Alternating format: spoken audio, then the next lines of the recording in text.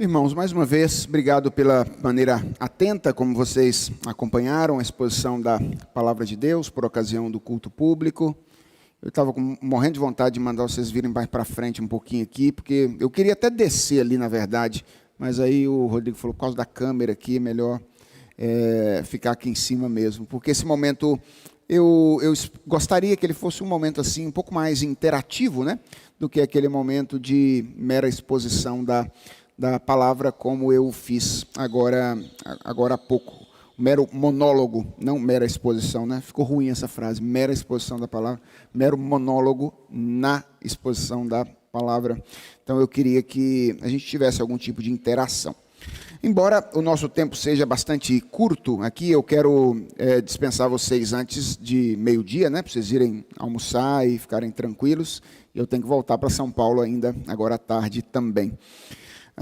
Então a ideia é que eu fale um pouquinho a respeito de desafios contemporâneos relacionados à educação, focando mais especificamente a família, não é? E a razão pela qual eu faço isso é que eu entendo que, à luz de uma perspectiva cristã, a instituição responsável pela educação das pessoas é a instituição familiar.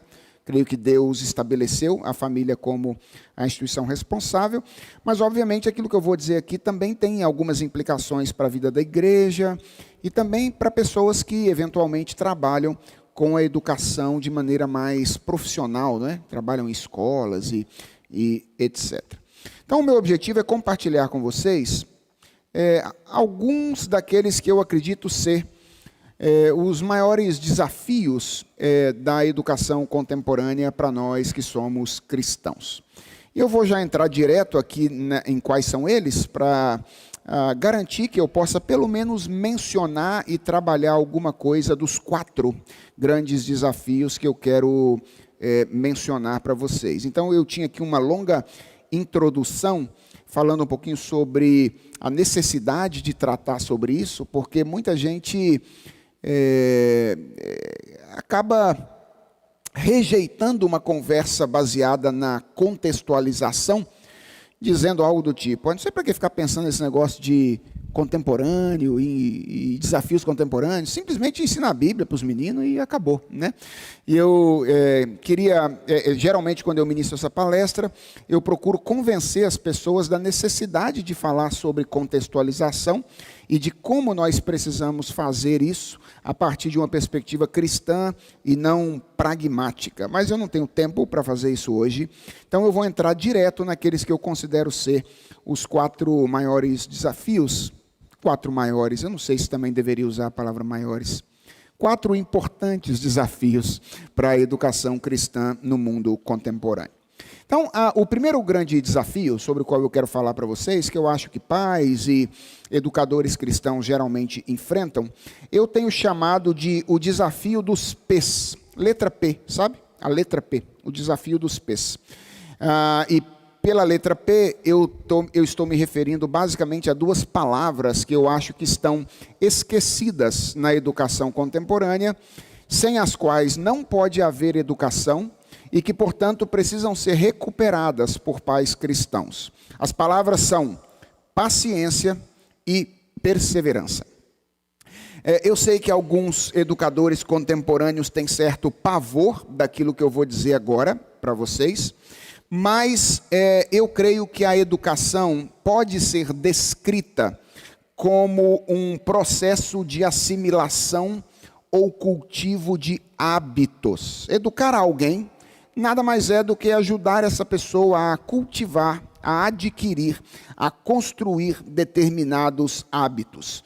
Vejam, é claro que esse processo de construção ele pode ser mais ou menos intencional, ele pode ser mais ou menos participativo, então a maneira como se constrói ou se adquire esses hábitos pode variar. Mas o fato é que quando a gente está querendo educar alguém, o que a gente está querendo é ajudar uma pessoa a assimilar, a receber determinados hábitos. E o processo de assimilação de hábitos necessariamente é um processo, ou seja, envolve uma dinâmica processual. Hábitos não são assimilados imediatamente, como nós às vezes imaginamos que o são. Então, pensa, por exemplo, em como é que você ensina uma criança a escovar os dentes, né? Quem é mãe sabe aqui, e teve que lidar com isso ao longo da infância dos seus filhos, sabe como esse é um processo que não é tão simples assim. Você olha para o menino e diz, você precisa escovar os dentes. E aí, então, ele aprendeu e, a partir de agora, todos os dias ele vai escovar os dentes. A coisa não é tão simples quanto parece. Então, os especialistas dizem que o processo de criação de hábito passa por 5 etapas diferentes até que um hábito seja verdadeiramente construído. Então, essas etapas são, primeiro, a etapa do ensino. Então, você precisa dizer a alguém o que é que ele precisa fazer. Então, se você vai ensinar alguém a escovar os dentes, você dizer, meu filho, olha, é muito importante para a saúde da gente, para a boca da gente ficar saudável, para a gente não incomodar as pessoas quando a gente for falar com elas, senão elas vão sentir o bafo na cara delas, não vão querer conversar com a gente, não é? É muito importante porque o nosso corpo foi criado por Deus, nós precisamos cuidar dele, nos nossos relacionamentos isso tem um impacto e etc., que a gente escove os dentes com certa frequência ao longo da nossa vida. Então, você ensina. Se você ensinar, mas você não exemplificar, essa é a segunda etapa do processo de criação de hábitos. Ou seja, você diz para o seu filho que ele tem que escovar o dente, certo? Mas ele nunca estiver escovando o dente, você está lascado. Ele não vai criar o processo de hábito de escovar o dente, de hipótese alguma, porque você diz que escova, mas ele nunca estiver escovando. Você diz, todo dia depois do almoço você tem que escovar o dente. Só que você almoça, sai, levanta da mesa e não vai escovar o dente. Ele não vai escovar, dificilmente ele vai criar esse hábito. Então, você tem o processo de ensino, depois você tem o processo de exemplificação, e depois você tem o processo de execução, que é o terceiro processo. Então, você tem que pegar o menino, levar ele no banheiro, falar, olha, agora nós vamos escovar o dente juntos. Você vai executar essa tarefa com ele. Então, você pega lá a escova, bota na mão dele, fala, ó, tá vendo? Isso aqui chama pasta de dente, isso aqui chama escova, isso aqui tem que ir na boca e você tem que fazer esses movimentos. Então, vamos lá. Coloca a pasta para você, aí enfia a escova na boca do menino, com cuidado, tá, gente? E vai fazendo os movimentos. Você com a mão dele, né? Dizendo, olha, é assim que escova o dente, tá vendo? Você faz esse movimento, você faz aquele movimento. Não esquece lá de trás, não esquece aqui de trás dos dentes. Lembra de limpar o dente de cima e assim sucessivamente. Então, você executa com ele essa tarefa. Depois dessa terceira etapa, você tem uma quarta etapa, que é a etapa de repetição. Quantas vezes você vai ter que fazer isso até que uma criança aprenda a escovar o dente? Quantas vezes? Então, há números diferentes, segundo os especialistas, mas, em geral, dizem as pessoas que em crianças pequenas, com 2 semanas de repetição, em geral, eles começam a adquirir um hábito. Então, se você em 15 dias repetir isso, etc., a tendência é que ele vá adquirindo esse hábito. Agora, é óbvio, se você escovou o dente na terça, na quarta, na quinta, na sexta, você esqueceu? Já furou o processo. Aí você tem que começar tudo de novo, e aí o tempo começa a contar novamente. Ah, mas meu filho não aprende com 15 dias, pastor, eu sei. Pessoas são diferentes, e às vezes elas têm tempos diferentes para aprender. Então isso aqui é uma caricatura daquilo que é comum. Então você ensina, você exemplifica, você executa, você repete, e aí acabou, certo? 15 dias depois, seu menino aprendeu, etc. Agora ele vai escovar dente a vida toda, vai? Não. Agora você tem que supervisionar. É o quinto aspecto. Então, você tem que perguntar para ele, todo dia de manhã, você já escovou o dente? Não? Então, vai lá escovar o dente, tem que escovar o dente. E esse processo de supervisão, ele vai durar muito tempo. Vejam, irmãos, por que eu estou dizendo tudo isso para vocês? Para dizer que educação não é uma atividade cujo resultado a gente percebe do dia para a noite. E esse é um problema do nosso tempo, porque o nosso tempo, ele nos estimula a sermos muito imediatistas.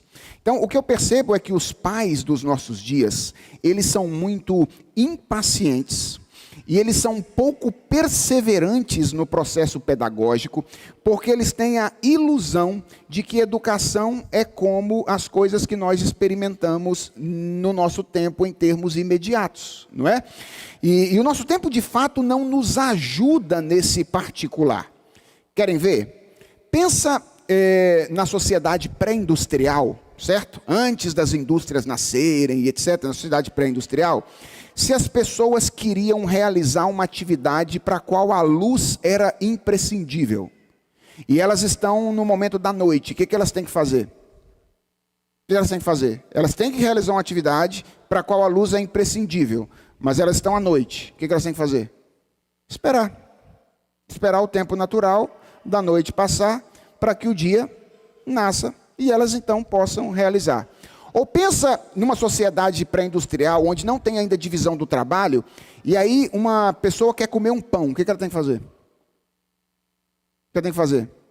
Ela tem que juntar os ingredientes, ela tem que fazer uma massa, ela tem que botar a massa para descansar, aí depois ela tem que abrir a massa, botar a massa para descansar de novo, aí depois ela tem que botar o pão para assar, e aí depois de algumas horas, talvez umas 4, 5, 6 horas, ela consegue comer um pão, certo?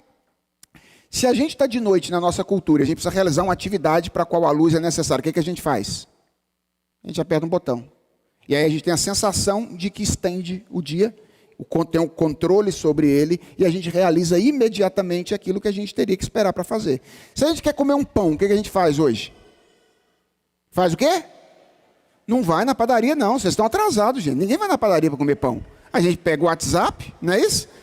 Pede para o padeiro o pão na padaria e o pão chega na nossa casa. Não é? A gente entra no iFood, pede o pão e o pão chega. Então, nós fomos treinados na nossa época a recebermos aquilo que nós queremos no tempo que nós queremos. E nós imaginamos que as coisas vão funcionar de maneira muito imediata. E a gente quer transpor essa experiência da nossa vida comum para a nossa experiência de criação de filhos. E aí eu recebo frequentemente reclamação dos pais que dizem, mas pastor, eu já falei para o meu filho 20 vezes que ele tinha que fazer isso, ele não aprende de jeito nenhum. Eu falo, você falou 20 vezes desde quando? Anteontem. Eu falei, não, meu filho, não é assim que funciona.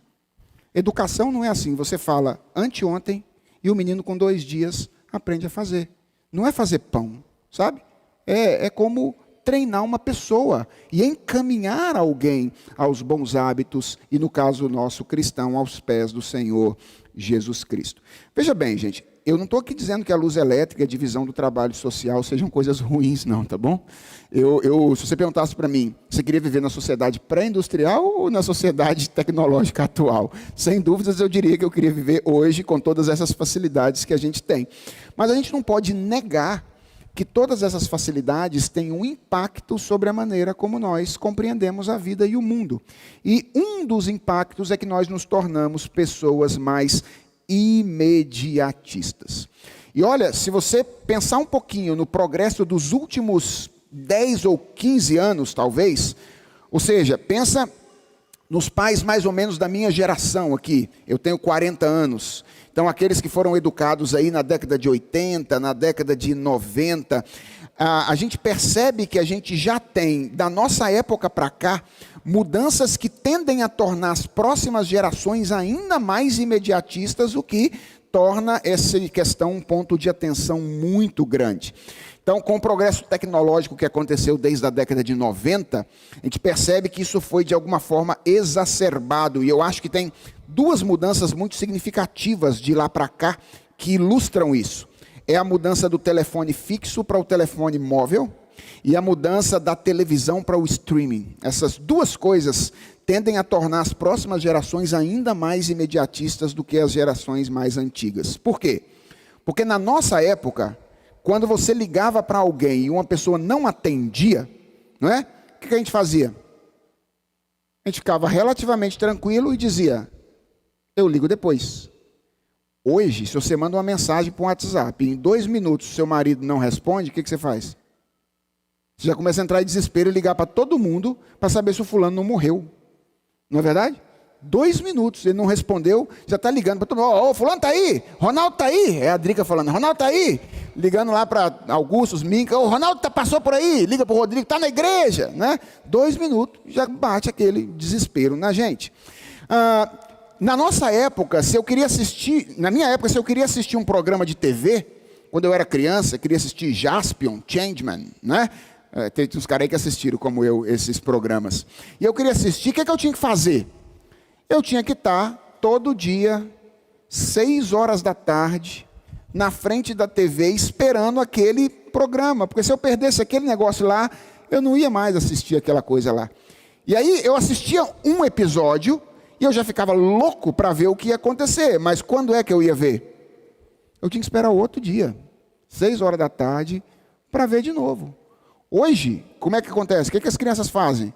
Elas maratonam as coisas a hora que elas querem em serviços de streaming. Elas não sabem o que é esperar por alguma coisa que elas querem fazer no dia seguinte. Então, o nosso tempo, com todas as facilidades que ele tem, ele nos treina para ser pessoas que recebem o que querem na hora que querem. E aí a gente começa, educando filhos, a imaginar que na relação com eles vai ser do mesmo jeito. Eu vou exigir alguma coisa e eles vão fazer imediatamente aquilo que eu exigir. Então, pais têm se tornado cada vez menos pacientes e cada vez menos perseverantes na educação dos seus filhos, e este é um desafio que nós temos diante de nós. Aí talvez a sua pergunta seja: ô pastor, o que a gente faz diante disso? Bem, eu não sei. Eu vim aqui levantar desafios, certo?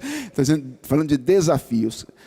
Veja, paciência e perseverança é uma virtude que nós precisamos pedir a Deus, orar a Deus para nos tornar pessoas mais pacientes e perseverantes. E intencionalmente, talvez nós possamos criar mecanismos que nos estimulem a esperar mais por coisas que nós podemos ter de maneira objetiva e imediata. Então, acho que esse é um treinamento que a gente pode usar para treinar o nosso coração, para sermos mais pacientes e perseverantes na relação com os nossos filhos. Bem, por que eu comecei com esse desafio? Porque ele é o desafio que mais diz respeito a nós, certo? E eu creio que a educação é um processo que começa com aquilo que nós somos. Então, a primeira coisa que pais e mães têm que pensar ao educar os seus filhos é naquilo que eles são. E esse é um equívoco que às vezes eu percebo em muitas pessoas.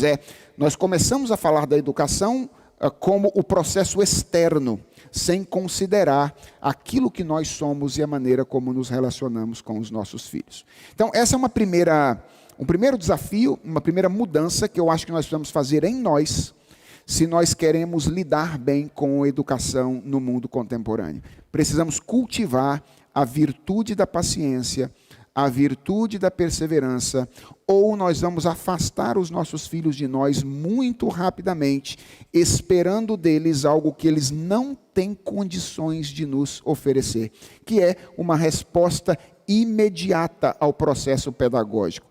E a pergunta é: por que eles não têm condições de oferecer isso? Ora, porque Deus criou esse negócio para funcionar com o tempo.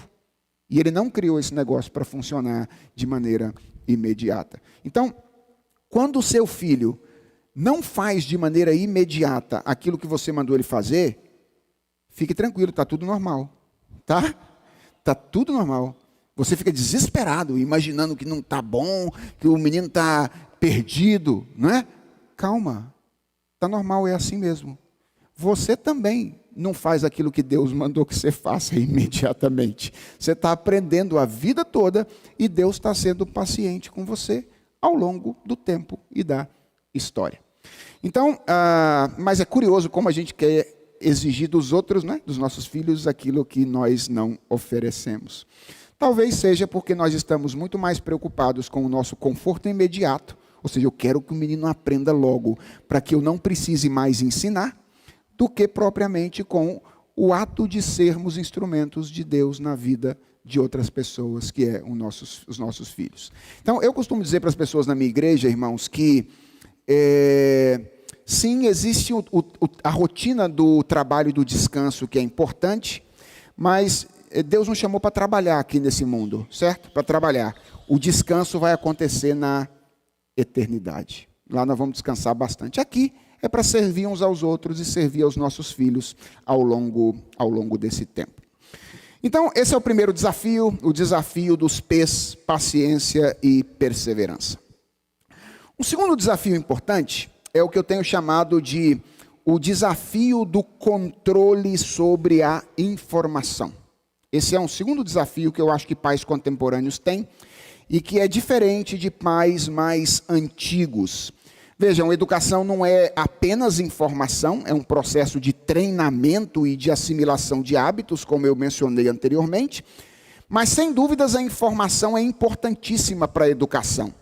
É por isso que Paulo, escrevendo aos Filipenses, diz lá no capítulo 4, verso 8, tudo que é verdadeiro, tudo que é puro, tudo que é justo, tudo que é amável, tudo que é de boa fama, se alguma virtude há, se algum louvor existe, seja isso que ocupe o vosso pensamento. Por que Paulo dá essa orientação lá escrevendo aos Filipenses? Ora, porque ele sabe que a modelagem daquilo que nós nos tornamos é a informação que recebemos. Então, educação não é só informação, mas a informação é um dado ou um elemento importantíssimo da educação. O que isso significa? Que a dieta informativa de alguém que está sendo educado é algo importantíssimo para o processo de educação. Se a informação é aquilo que modela aquilo que o sujeito vai ser, a partir da maneira como ele articula, obviamente, essa informação, é importantíssimo cuidar da informação das crianças, sobretudo quando elas ainda estão no processo de formação daquilo que lhes permitirá avaliar criticamente a informação que recebem, certo? Nesse sentido, eu tenho certa birra com os pedagogos contemporâneos, porque eu vou lá na escola para fazer uma palestra, e aí o que eu mais ouço é a tal da defesa da pedagogia crítica, ou de uma educação crítica. E aí os caras estão lá falando dos meninos com 7 anos de idade, 8 anos de idade, falando, porque aqui nós temos uma pedagogia crítica. E aí eu fico assustado. E eu olho para eles e digo, vamos pensar um pouquinho no significado de palavras? O que significa ser crítico? Significa avaliar as coisas à luz de um critério. Crítico e critério vêm da mesma raiz. Então, ser crítico tem um pressuposto. Qual é o pressuposto? É ter um critério a partir do qual você avalia alguma coisa. Você dá aula para que série mesmo? Eu dou aula para o 2º ano fundamental. Vamos pensar nas palavras de novo? Fundamental. Vou repetir, fundamental. Por que chama ensino fundamental? É porque estão sendo estabelecidos os fundamentos. Esse não é um momento de educação crítica. Vai chegar um momento de educação crítica lá na frente.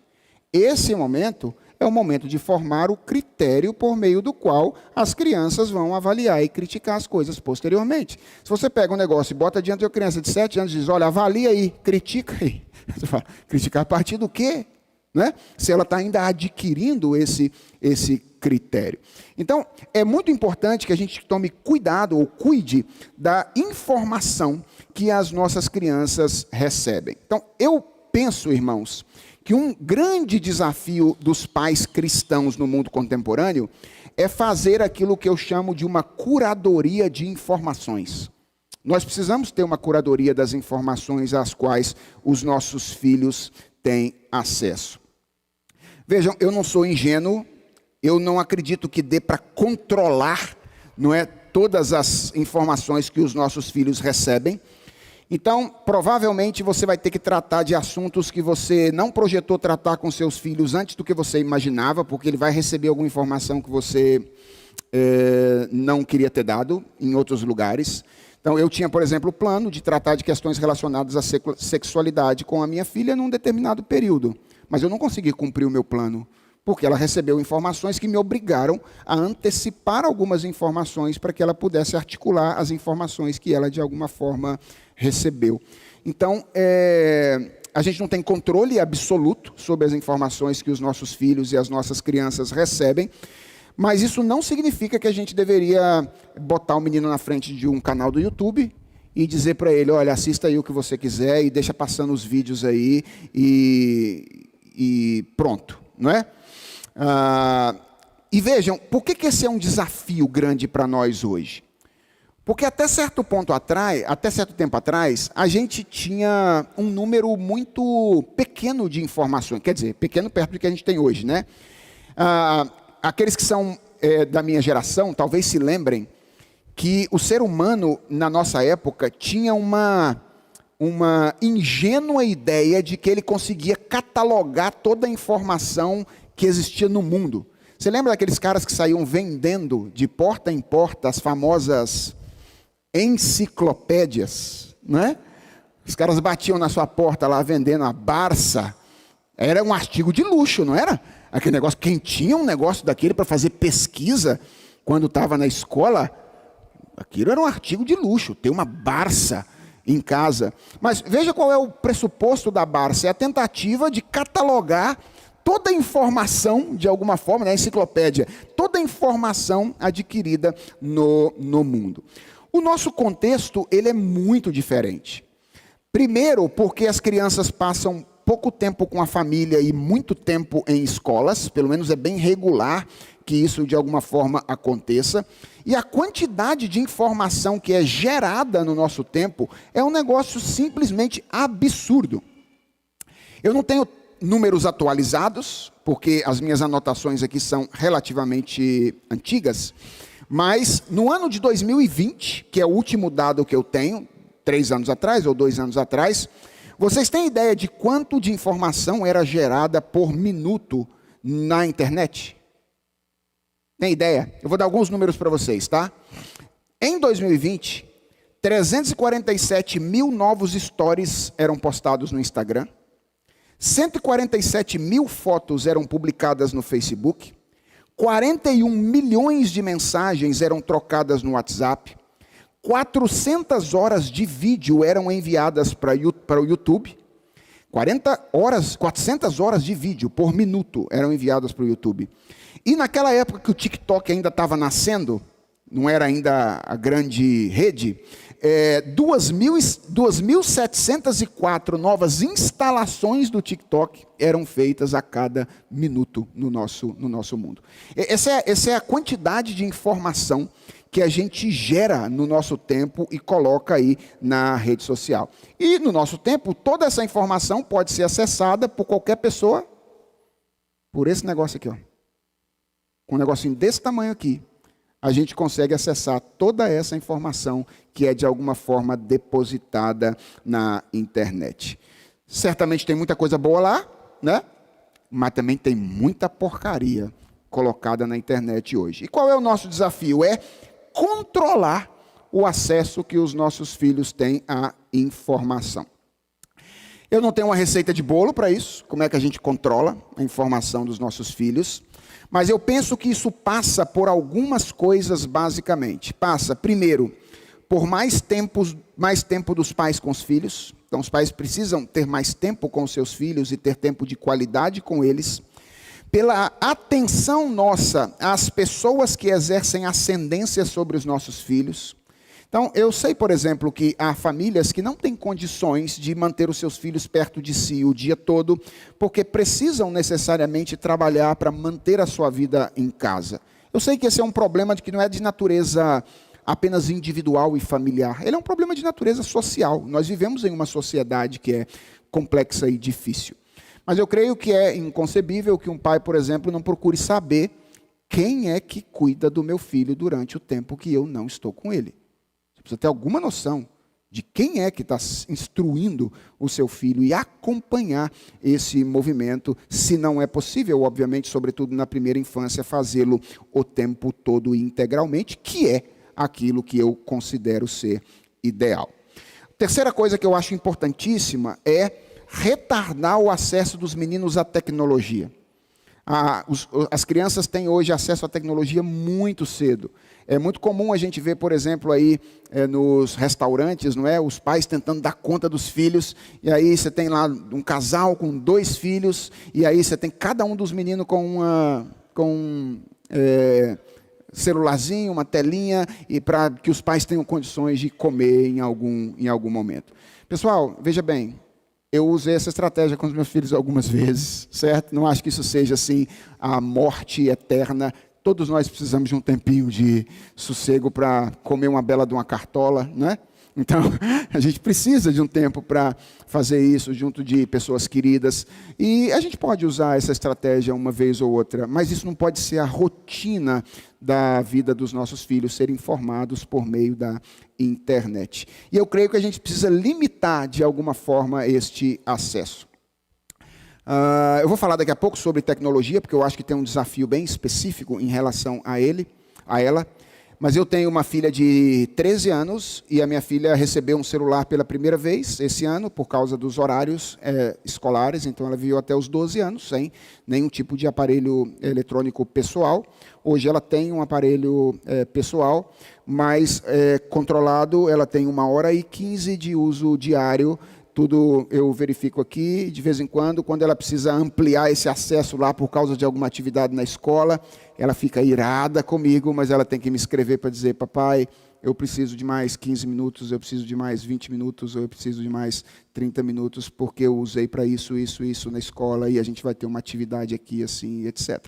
A gente é um pouco ET, assim, porque os coleguinhas dela todos já têm acesso aberto, escancarado à internet. Mas eu costumo dizer para ela, todas as vezes que a gente volta para casa com esse assunto vindo à tona, falei, filha, talvez você não entenda agora, mas um dia talvez você agradeça o papai por estar limitando você ao acesso de coisas que papai entende que não devem chegar a você agora.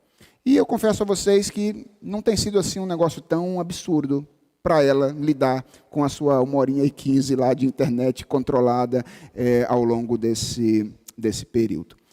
Então, essa é uma coisa importante que a gente precisa pensar, como a gente pode controlar melhor as informações às quais os nossos filhos têm acesso. E aí, para a igreja, aqui vai uma sugestão importante, que é a criação de fóruns de conversa entre os pais, para que os pais troquem ideias sobre o que eles têm feito na vida dos seus filhos. Eu percebi isso, o benefício disso lá na nossa igreja, quando nós começamos a fazer, em paralelo com as programações das crianças, reuniões de pais. Então, ao invés de ter na igreja assim, as programações onde os pais deixam os meninos para ir para o shopping, sabe? Aquele negócio, a gente vai deixar aqui, que hora que eu busco? 2 horas, 5 horas termina, beleza, vou para o shopping, 5 horas eu volto para os meninos. Eu tenho dito aos pais que, ok, a gente pode até dar uma outra ida de shopping para eles, mas, em geral, a lógica tem sido, seus filhos têm atividade, vocês também têm. Então, vocês vão receber alguma coisa de atividade para a criação de filhos. E sabe o que eu percebi? Que só de juntar os caras no mesmo lugar, para eles falarem sobre criação de filhos, a demanda já foi altíssima. Então, tem dia que eu vou para lá com alguma coisa preparada para ministrar para eles e eu não ministro nada.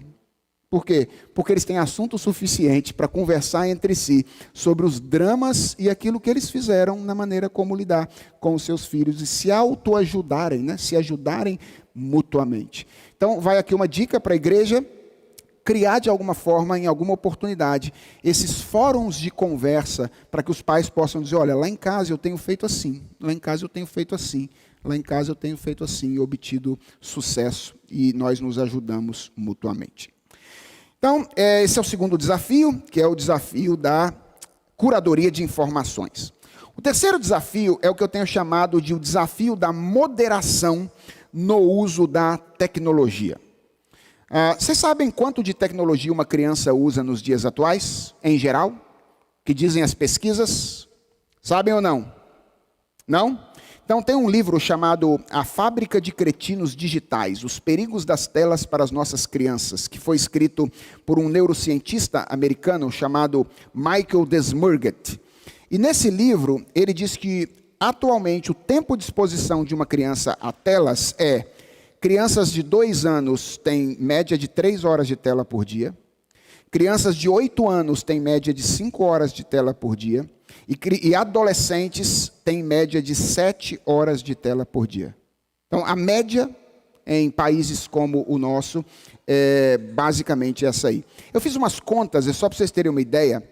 Na prática, isso significa que antes de completar 18 anos, os nossos filhos terão passado o equivalente a 30 anos letivos, ou 16 anos de trabalho de tempo integral em frente às telas. Antes dos 18 anos, certo? É como se eles tivessem o tempo de 30 anos letivos ou o tempo de 16 anos de trabalho de tempo integral na frente das telas. Aí você fala, mas isso, pastor, é em países desenvolvidos, etc. O Brasil não. O Brasil é o 3º país no ranking de exposição a telas, atrás apenas dos Emirados Árabes e dos Estados Unidos. Então, esse é um problema muito real para nós. E talvez a pergunta de vocês seja: pastor, por que isso é problemático? Da nossa perspectiva cristã.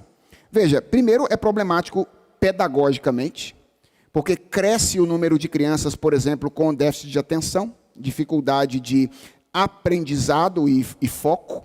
E eu quero lembrar a vocês que aprendizado e foco, ou foco e atenção, não são coisas necessárias apenas para o aprendizado. São coisas necessárias para a relação com Deus. Ninguém pode se relacionar com Deus sem atenção e foco. Por quê? Porque existem algumas coisas que a Bíblia exige de nós, para as quais foco e atenção são necessárias. Por exemplo, quando a Bíblia fala da nossa relação com a Bíblia, a palavra que a Bíblia mais usa não é ler.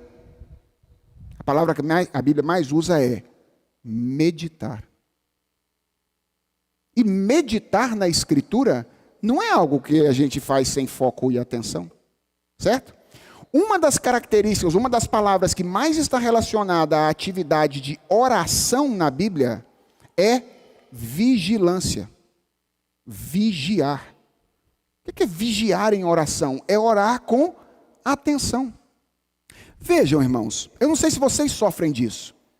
Eu não tive essa exposição toda que essas crianças têm à tela hoje, mas eu tive na fase adulta, porque trabalho em frente do computador o tempo inteiro. Olha, tem hora que eu acho que eu estou perdendo a capacidade de orar. Perdendo a capacidade de orar. Se eu começo a orar, de repente a minha mente começa a devagar. Eu já não tenho mais o mesmo foco que eu tinha antes na prática da oração. Não é? Eu fico imaginando os nossos filhos submetidos a 2, a 3, 5, 7 horas de tecnologia, tentando orar no futuro e falar com Deus no seu próprio coração. Esses meninos, se eles forem submetidos à tecnologia como eles têm sido, eles podem perder capacidades intelectuais que são essenciais para a vida de oração e a reflexão de uma espiritualidade mais profunda. Então, não é apenas uma questão que impacta o aprendizado do menino na escola. É uma questão que pode impactar de maneira muito significativa a vida do menino com Deus. E aí talvez sua pergunta seja: pastor, o que a gente faz então? Bem, tem que restringir. E aí a pergunta é: restringir para quanto? O que seria o ideal, né, em termos de tela aí? Bem, eu vou dar duas perspectivas para vocês, uma mais conservadora e uma menos conservadora, tá bom?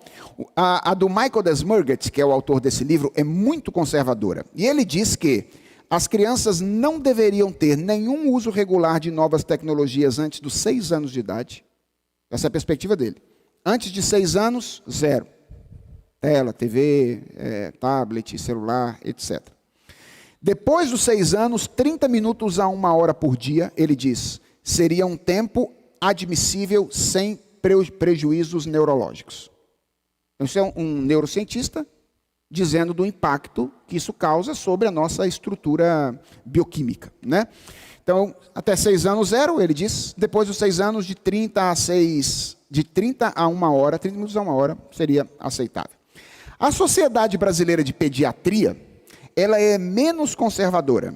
E ela dá um número um pouquinho diferente. Ela diz que as novas tecnologias deveriam ser evitadas até os 2 anos de idade. Então, até os 2 anos de idade, absolutamente 0.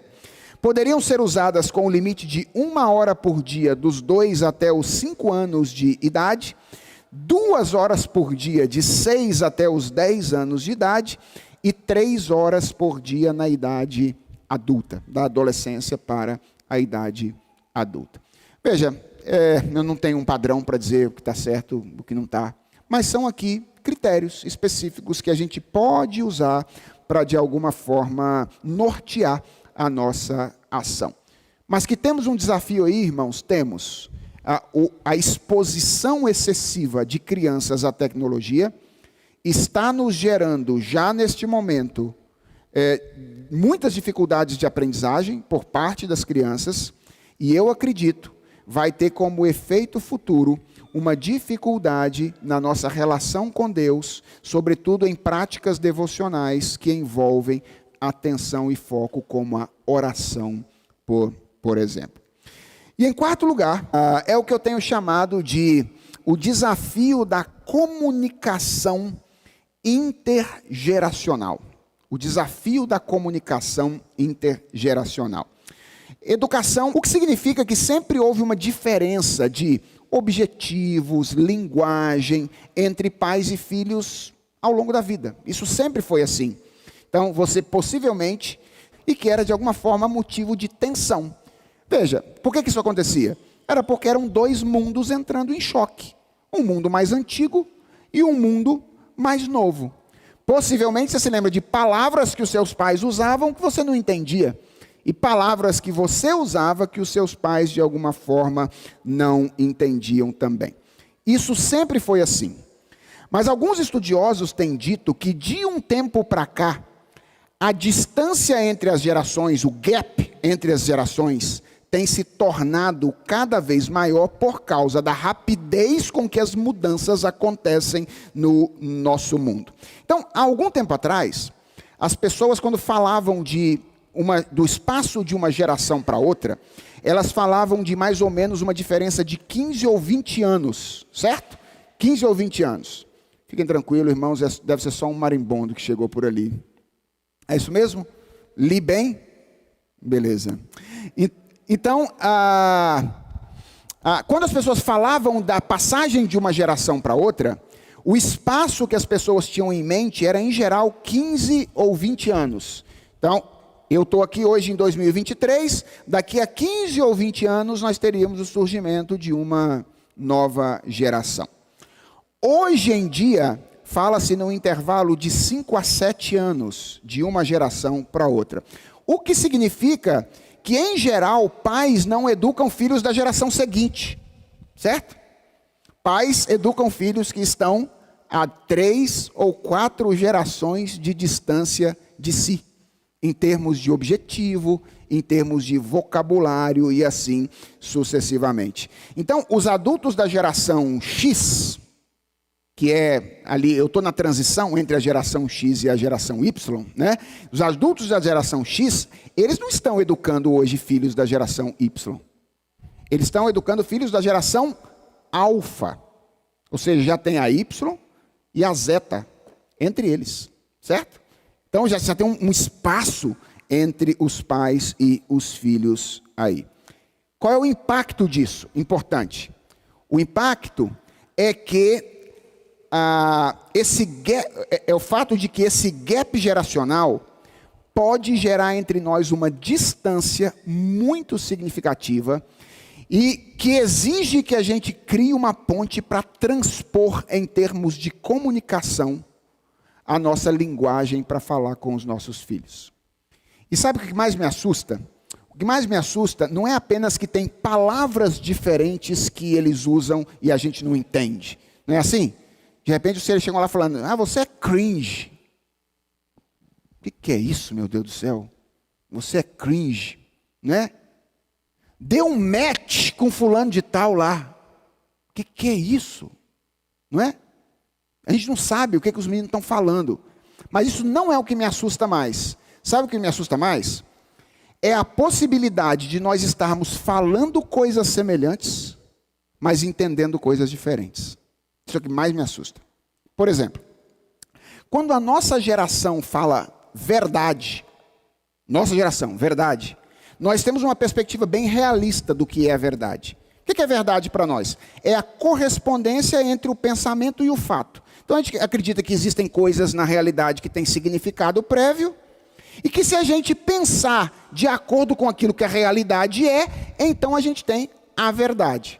Porque a gente trabalha com uma perspectiva do mundo que é ontologicamente mais realista, certo? Os meninos do nosso tempo, quando falam verdade, eles não estão falando nessa perspectiva. Porque eles já são subjetivistas. Eles já não acreditam mais que existe um sentido prévio no mundo. Na verdade, eles acham que é o sujeito humano que atribui sentido para as coisas que estão no mundo. Então, quando eles falam de verdade, eles não estão falando daquilo que é daquilo que eu imagino ou quero que seja. Percebeu a diferença? E aí a gente está falando, Jesus é a verdade, o cristianismo é a verdade, e sem definir essa palavra. E a gente imagina que o menino está entendendo. Ele está entendendo o signo linguístico, mas possivelmente ele está entendendo o sentido diferente daquilo que a gente está dizendo para ele. É isso que mais me assusta. A possibilidade de estar imaginando que eu estou usando uma linguagem correta, enquanto na verdade o menino não está compreendendo aquilo que eu estou dizendo.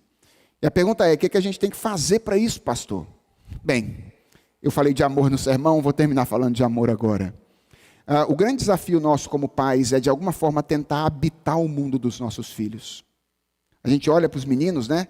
E a gente quer que eles vivam no mundo deles e a gente vive no nosso mundo. Se existe um esforço que a gente precisa fazer, é tentar habitar de alguma forma o mundo dos nossos filhos. A gente não precisa deixar se vestir igual criança, ser igual criança, amigão do menino, etc. Não precisa fazer isso. Mas a gente tem que conseguir habitar o mundo dos nossos filhos. Como? Dando uma olhada no que eles estão assistindo, vendo o que é que eles estão aprendendo na escola, ficar percebendo o que é que eles estão vendo, para, de alguma forma, mapear os conceitos e as ideias que eles possuem, para a gente transpor isso em uma linguagem que seja mais adequada e mais acessível a eles. Então, aí tem um desafio grande também, que é o desafio da comunicação intergeracional. Como é que eu falo com essas crianças de hoje, de um modo que eu seja não apenas ouvido da perspectiva externa, mas de maneira que eu seja compreendido naquilo que eu gostaria de falar com elas. Então temos aí desafios importantes, não é? O desafio da paciência e da perseverança, o desafio da curadoria de informações, o desafio da restrição ao uso da tecnologia e o desafio da comunicação intergeracional. Como eu disse a vocês, eu vim mais levantar problemas do que dar soluções. Agora, Ronaldo e os demais colegas é que vão dar um jeito de responder o que vocês têm que fazer diante disso. Tá bom? Deus abençoe vocês. Eu espero ter trazido à mente de vocês boas coisas para pensar durante o dia e a semana.